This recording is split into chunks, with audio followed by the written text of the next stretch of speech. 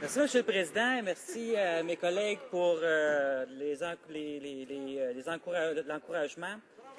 Tout d'abord, je voudrais commencer ce débat sur le projet de loi C-52, loi modifiant la loi sur les transports au Canada, administration, transport aérien et ferroviaire arbitrage, par mentionner qu'il y a eu c'est la 37e fois qu'on fait une attribution de temps. Ça fait 37 fois qu'on nous met le bâillon, qu'on nous empêche de discuter, de débattre, d'emmener les arguments de l'opposition pour améliorer les projets de loi. Et ça, c'est vraiment la façon de faire des conservateurs, c'est la façon de faire des conservateurs qui se pensent tout permis, qui ont leur idéologie, qui ont leur aveuglement idéologique et qui s'en vont dans une seule direction sans écouter tous les intervenants qui leur proposent des solutions et des amendements à leurs problèmes. Et d'ailleurs, à cet égard-là, Monsieur le Président, je voudrais vous parler justement de l'excellent travail en comité qui a été fait sur ce projet de loi-là de la part des néo-démocrates.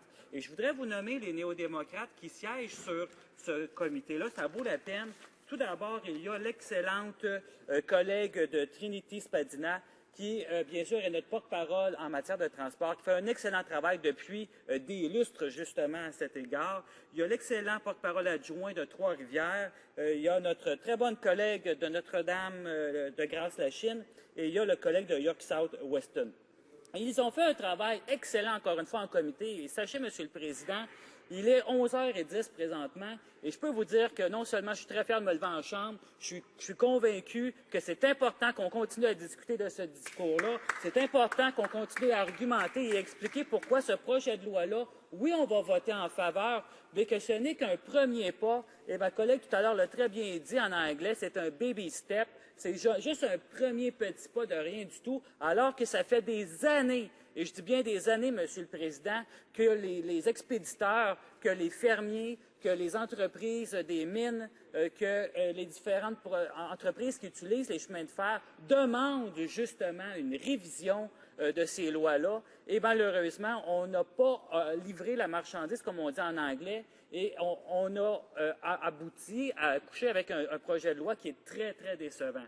Et c'est pour ça que, oui, on va l'accepter parce que c'est un premier pas dans la bonne direction, mais depuis les années qu'on attend d'avoir des améliorations, on aurait pu faire beaucoup mieux. Et à cet égard-là, en comité, je l'ai déjà mentionné durant les périodes de questions des autres collègues, et je veux le redire encore une fois, il y a eu 6 propositions de la part des expéditeurs et des entreprises, 6 propositions qui n'étaient pas la mer à boire, là, Monsieur le Président. 6 propositions qui étaient très raisonnables, qui avaient été étudiées, qui avaient été analysées, qui avaient été amenées par des experts en comité et qui avaient été rassemblées par les néo-démocrates en 9 amendements.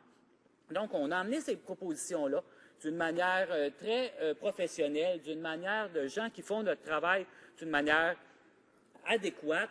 On a dit, oui, c'est un projet de loi des conservateurs, mais c'est pas grave, on peut l'améliorer, on peut y emmener des améliorations. Et malheureusement, avec l'aveuglement idéologique des conservateurs, avec leur volonté de tout faire très rapidement et sans consultation et seulement en pensant à leurs intérêts, ils ont balayé du revers de la main, malheureusement, ces projets de loi-là. Et ça, je suis vraiment attristé de le voir. Et je voudrais vous mentionner quelque chose, Monsieur le Président, en ce qui concerne justement cette vision à courte vue des conservateurs. Parce que le chemin de fer, je l'ai déjà mentionné un petit peu pendant les périodes de questions, le chemin de fer, non seulement c'est quelque chose qui est très important pour faire le transport des marchandises et aussi un petit peu le transport des personnes. Et on devrait investir beaucoup plus dans le transport justement des marchandises, on devrait investir beaucoup plus dans le transport des personnes. Et justement, si les expéditeurs peuvent se fier à un chemin de fer efficace, ils vont encore plus l'utiliser,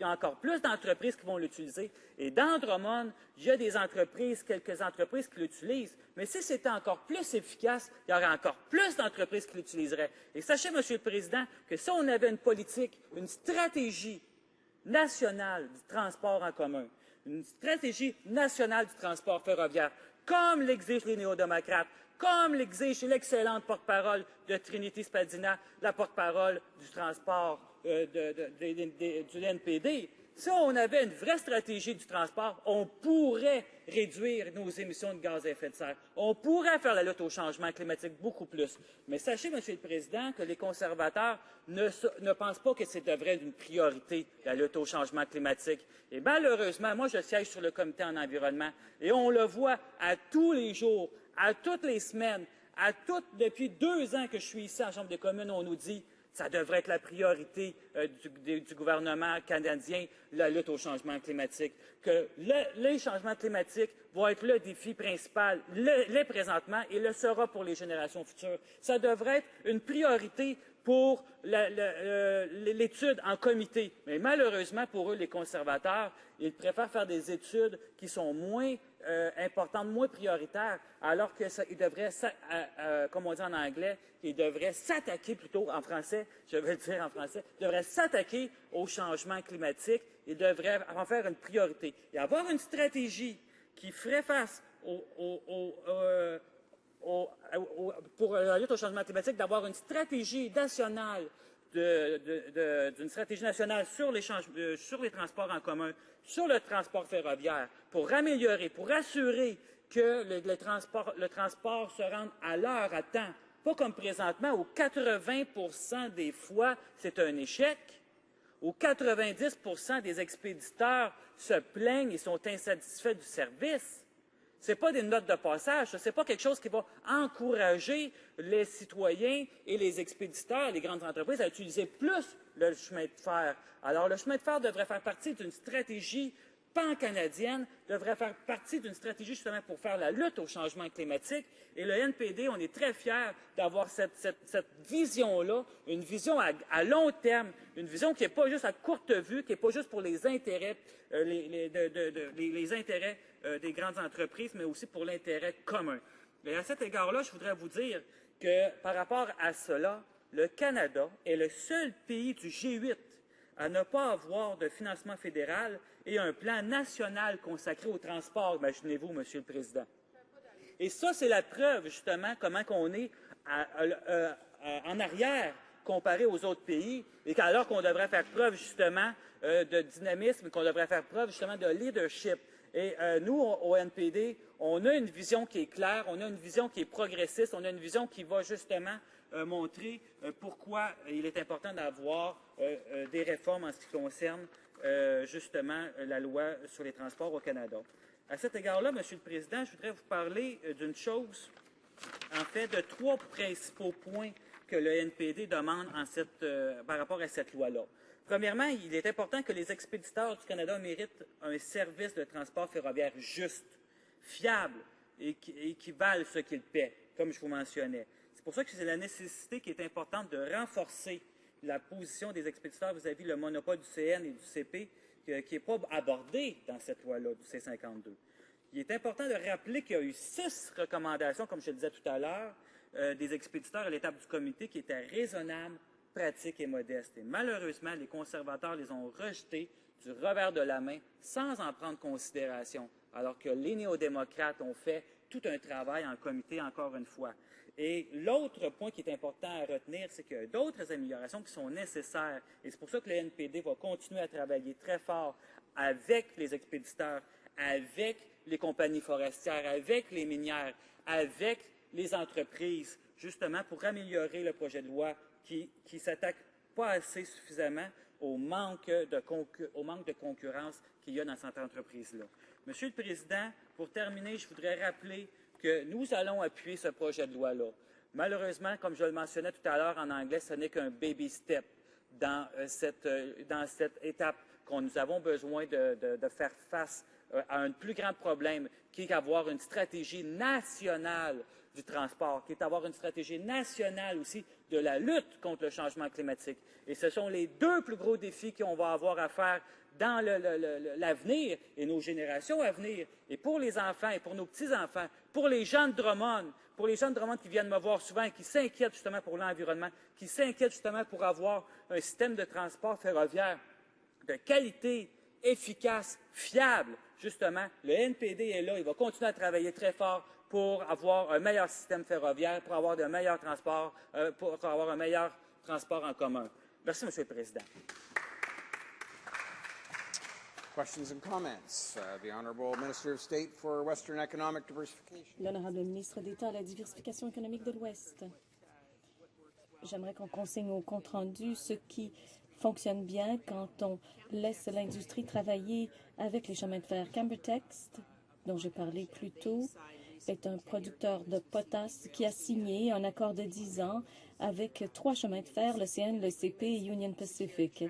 Cet accord permettra d'augmenter les volumes exportés vers divers pays et permettra aussi d'avoir une flotte de wagons bien entretenue. Il s'agit de partenariats et ce genre de partenariat aide à atteindre des objectifs logistiques à long terme. Je pense que si on travaille avec l'industrie et qu'on a une bonne loi qui ne cause pas d'ingérence, les choses vont de soi et toutes seules. Canpotex a aussi envisagé d'agir au sujet du terminal sur la côte ouest. The Honourable Member for Drummond.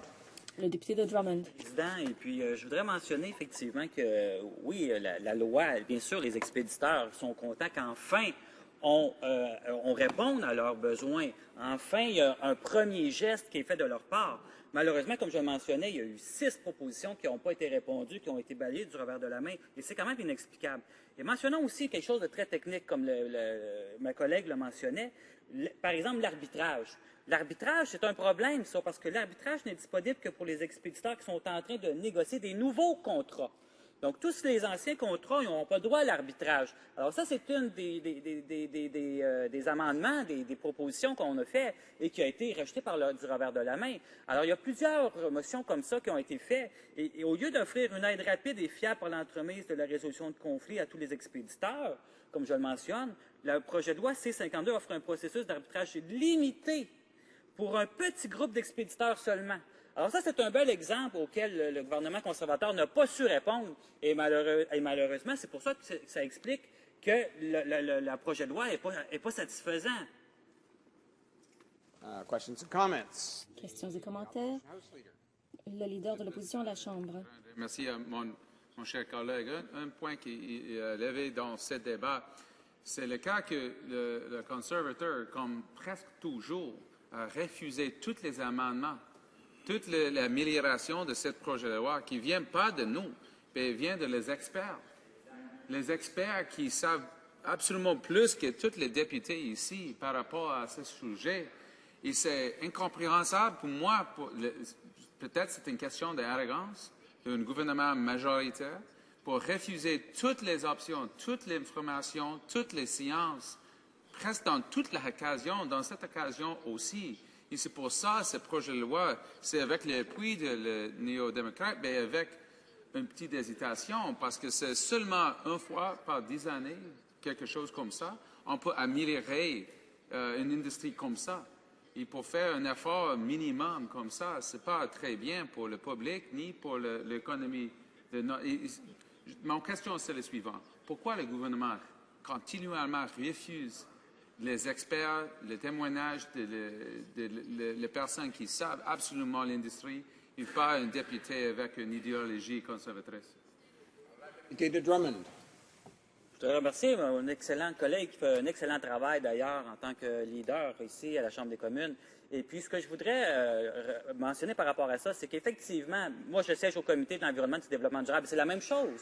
Les experts viennent montrer et viennent apporter des recommandations et malheureusement, elles ne sont pas écoutées la plupart du temps. Ça fait des semaines, des mois qu'on nous recommande de faire une étude sur la lutte au changement climatique. C'est une priorité présentement pour tous les Canadiens, pour les gens de Drummond qui m'en parlent aussi à tous les jours. Ils refusent complètement de faire une étude dans le comité de l'environnement là-dessus. Et c'est la même chose qui a été fait ici par rapport à C-52. Il y avait 6 belles recommandations raisonnables et ils ont, je ne sais pas, un aveuglement idéologique volontaire, je ne sais pas qu'est-ce qui se passe de leur part, une arrogance peut-être, comme le dit bien mon collègue, mais malheureusement, ce sont des experts, ils savent de quoi ils parlent, ils savent c'est quoi les vrais besoins, et malheureusement, ça n'a pas écouté. C'est pour ça qu'on dit que oui, on va voter en faveur, parce qu'enfin, on leur répond à des besoins qu'ils ont demandés depuis des années, mais ce n'est pas suffisant. Ils ont manqué une belle chance, encore une fois, de faire du bon travail. Merci, M. le Président.